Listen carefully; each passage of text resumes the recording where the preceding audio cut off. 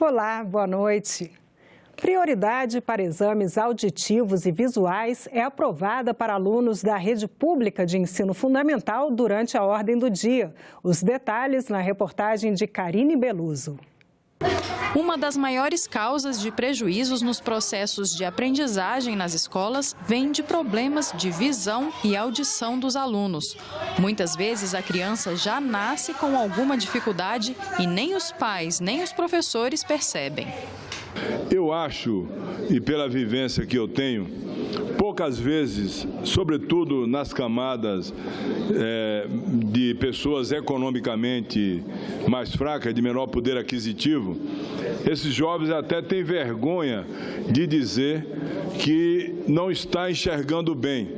Está na aula, está ouvindo, mas não tem capacidade de ler. Pensando nisso, os senadores aprovaram uma proposta para a rede pública oferecer exames de vista e de audição aos alunos que entram no ensino fundamental. O autor do projeto, o deputado Jorge Tadeu Mudalem. Cumprimentar os dois relatores, Lídice da Mata na Comissão de Educação e Otto Alencar na Comissão de Assuntos Sociais. O PLC 2014-2015 institui exames de vistas anuais e obrigatórias para alunos do ensino fundamental, que deverão ser realizados por profissionais habilitados no decorrer do primeiro semestre letivo, admitida a realização e avaliação preliminar por professores treinados. O texto aprovado agora pelo Senado vai precisar passar ainda por turno suplementar em outra sessão a ser marcada em plenário. Os senadores também aprovaram uma resolução autorizando o município de Maracanaú, no Ceará, a contratar operação de crédito com o Banco Interamericano de Desenvolvimento. Eu aproveito para parabenizar ao meu querido prefeito Firmo Camussa e a toda a sociedade, a todos os moradores da grande cidade de Maracanaú, no meu querido Ceará, que vai receber mais de 123 milhões de reais nesse projeto. Os senadores aprovaram a indicação de Henrique de Almeida Ávila para o Conselho Nacional de Justiça e também o nome do diplomata Eduardo Paes Saboia para embaixador do Brasil no Japão. O salário mínimo do ano que vem poderá ser menor do que o previsto inicialmente pelo governo. A estimativa consta de uma nota técnica da consultoria da Comissão Mista de Orçamento, divulgada nesta semana. O salário mínimo de 2019 poderá ter sua previsão reduzida de R$ 1.002 para R$ 998. Seria um reajuste de 4,71% sobre o valor atual de R$ 954. O cálculo foi feito pela consultoria da Comissão Mista de Orçamento, com base na expectativa de inflação para este ano. Quando o governo enviou o projeto da LDO em abril, havia uma estimativa de inflação para 2018 que levaria o salário mínimo a um valor de R$ 1.002. Em maio, o governo apresentou um outro relatório que reduzia essa expectativa de inflação para 2018 e nós fizemos os cálculos que com essa nova expectativa de inflação, o salário mínimo em 2019 passaria para 998. Mas isso não são valores fechados ainda. Caso a expectativa de redução do salário mínimo se confirme, o governo poderá deixar de gastar 1,2 bilhão de reais. Isso porque cada R$1 de aumento do salário mínimo significa um impacto financeiro de quase 304 milhões de reais ao ano nas contas públicas. O ministro do Planejamento falou nesta quarta-feira aos parlamentares da Comissão Mista de Orçamento, mas não confirmou a redução da estimativa. Nós iremos rever mais na frente, ou mais no final do ano. Então, são projeções. Era uma projeção de 15 de março, nós faremos outras projeções. Nossas projeções podem mudar ao longo do ano. Na verdade, nós temos que torcer que a inflação baixe e que o Brasil retome o seu crescimento. Ou seja, nós temos que fazer com que se gerem empregos, né, se gerem riquezas, para podermos, de fato, corresponder às expectativas, não só em nível de União, mas também que nós tenhamos os estados se desenvolvendo e os municípios brasileiros. Esse é o esforço, ou seja, nós temos questões pontuais que não adianta, nós temos que ver a questão como um todo, ou seja, reformas estruturais para permitir de que nós, de fato, criemos condições para que no ano que vem não tenhamos mais necessidade de ficarmos discutindo, digamos, questões de valores que não há condições de serem resolvidas. Ou seja, milagre nós ainda não conseguimos fazer. A implantação do voto impresso, que acompanharia as urnas eletrônicas nas eleições já a partir deste ano, foi suspensa pela maioria dos ministros do Supremo Tribunal Federal. Os ministros julgaram nesta quarta-feira um pedido de cautelar em uma ação direta de inconstitucionalidade, movida pela Procuradora-Geral da República, Raquel Dodge, que apontou que a medida coloca em risco o sigilo do voto. Um dia depois da divulgação do Atlas da Violência no Brasil, a Comissão de Constituição e Justiça aprovou propostas que têm por objetivo a ressocialização de presos. Nos últimos 10 anos, mais de 550 mil pessoas perderam a vida vítimas de violência no Brasil. Em 2016, foram registrados, em média, 30 assassinatos por cada 100 mil habitantes. Taxa 30 vezes maior que a de países da Europa. Os números divulgados esta semana provocaram debates na Comissão de Constituição e Justiça. O que nós estamos convivendo é algo inaceitável, inadmissível.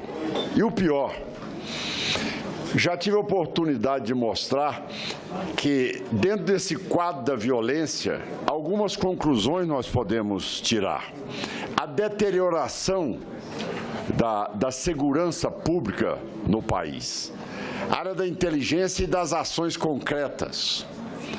Hoje, com esse Atlas que está aí apresentado para o Brasil, nós podemos concluir que o Estado brasileiro está de joelhos diante as facções criminosas no país. E meu estado, inclusive, nesses dias, atravessa e se vê pelo noticiário uma onda de crimes, de incêndios em ônibus e instalações públicas. Isso resulta dessa mesma insegurança que o senador muito bem apontou, na criminalidade que leva, inclusive, a essa mortandade de jovens. Hoje, o sistema penitenciário brasileiro tem mais de 720 mil presos. Cada um deles custa ao Estado cerca de R$ 1.500 por mês. Os que tiverem condições financeiras deverão devolver ao Estado esses recursos, de acordo com uma proposta que foi aprovada pela CCJ. Os que não puderem deverão pagar com trabalho. O que eu estou querendo combater é a ociosidade. E a ociosidade tem levado aos presos a serem presas muito fáceis das facções hoje que estão infestando os nossos presídios. Para que sejam criadas condições de trabalho nos presídios, os senadores aprovaram uma outra proposta que prevê a construção de colônias agrícolas ou industriais em cidades com mais de 500 mil habitantes. Essas colônias seriam criadas exclusivamente para que presos que cumprem pena em regime semiaberto possam trabalhar. De acordo com o texto, para implementar a proposta, recursos do FUNPEN, Fundo Penitenciário Nacional, serão transferidos aos estados por meio de convênios. O projeto prevê também que os presos em regime fechado serão transferidos para as colônias quando progredirem de regime. Dessa maneira, os condenados terão uma oportunidade de reinserção no mercado de trabalho, de ressocialização por meio do trabalho agrícola ou industrial remunerado. Além disso, evita-se que presos de menor periculosidade tenham contato com presos de maior periculosidade. As colônias, enfim, não serão universidades do crime. A CPI dos cartões de crédito ouviu hoje representantes do Banco Central, do Ministério da Fazenda e do Conselho Administrativo de Defesa Econômica. A comissão investiga por que os juros do cartão de crédito são tão altos no Brasil. Representantes do Banco Central disseram que têm atuado para promover competição no mercado de cartão de crédito. Afirmam que as resoluções do banco ampliaram de 2 para 20 as empresas credenciadoras. No caso de cartões de débito, a taxa paga pelo lojista reduziu de 1,60% para 1,45%, e no caso dos cartões de crédito, essa redução foi de 2,93% para 2,57%. Além disso, autorizaram o funcionamento das chamadas fintechs, empresas de tecnologia que vão ofertar crédito sem a necessidade de intermediação por um banco. Temos grande expectativa que esse mercado cresça nos próximos anos.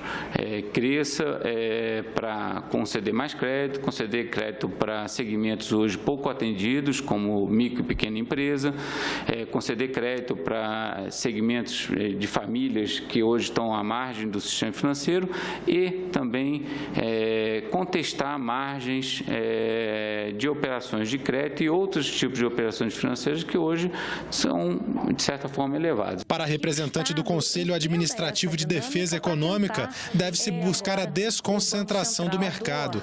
Os 5 maiores bancos do país detêm quase 90% dos depósitos e cada um deles criou a sua própria credenciadora de cartões de crédito. Movimento chamado de verticalização que dificulta a concorrência no setor. O regulador e o CAD, CAD, Banco Central, Ministério da Fazenda, o Estado, sempre tentando agir, mas aí eles dão uma resposta àquela ação para, no fundo, continuar com aquele poder. Por isso é que eu coloco que é muito importante que o Estado entenda essa dinâmica para tentar evitar que a gente atrase muito o processo da desbancarização. Para os senadores da CPI, os juros cobrados nos cartões de crédito são desproporcionais à realidade do mercado brasileiro. Enquanto o seu dinheiro está rendendo lá no banco 0,5%, se você entrar no cheque especial, você vai pagar 15% ao mês. E se você for para o cartão de crédito, às vezes você paga até 30% de taxa de juro ao mês. A cidadania da população LGBT, com foco na terceira idade e no envelhecimento, foi discutida em audiência pública hoje na Comissão de Direitos Humanos. A visão que se tem na sociedade sobre a diversidade sexual pode ter mudado com a inclusão de novos direitos e garantias, mas a vulnerabilidade diante da discriminação ainda é uma realidade. E para quem está na terceira idade, os problemas são ainda maiores. Preconceito e rejeição juntam-se a dificuldades de se comprovar anos de trabalho para aposentadoria e assistência à saúde. A média de vida de uma travesti é de 35 anos de idade. Ou ela morre de AIDS, ou ela morre de drogas, ou ela morre assassinada, que é o mais comum, ou suicídio. Desde 65, o meu primeiro trabalho, tenho 47 anos de teatro e cinema, tenho 53 anos e acontece isso que eu consigo provar há 11 anos. Tentei agora fazer uma aposentadoria por essa mixaria do salário mínimo, esse governo me trancou, então eu tenho 2 aposentadorias trancadas. Há 2, 3 anos eu comecei a ter problemas econômicos, parei de pagar plano de saúde, mas sou uma pessoa privilegiada porque tenho amigos, se eu precisar médico, tem médico, se eu precisar tem hospital, eu tenho pessoas que me garantam essa estrutura. Os participantes reivindicaram políticas públicas e defenderam uma mudança de mentalidade para que o segmento LGBT enfrente o envelhecimento com dignidade e o devido suporte financeiro e assistencial. Quanto à minha aposentadoria, eu não paguei INPS, quer dizer, paguei enquanto mulher. Depois de homem, eu tive biscates. Você abrir mão da sua identidade de gênero para poder ter acesso à saúde, que houvesse um movimento popular, que tivesse cursos de formação, enfim, que houvesse uma conscientização da sociedade para podermos ser respeitados. Vai ter uma geração de idosos assim, como é? Quem está cuidando? Aí já tem um caso aqui, não tem aposentadoria, tem que se cuidar, tem que ter o cuidado com as pessoas, tem que ter a saúde, o acesso à saúde, então tem políticas para serem, e essa audiência vai ajudar a gente a pensar nessas políticas, né? E nós ficamos por aqui. Você pode rever as reportagens desta edição na nossa página na internet, senado.leg.br/TV. A seguir, o programa Argumento com o senador Otto Alencar. Muito obrigada pela companhia. Continue sintonizado aqui na TV Senado.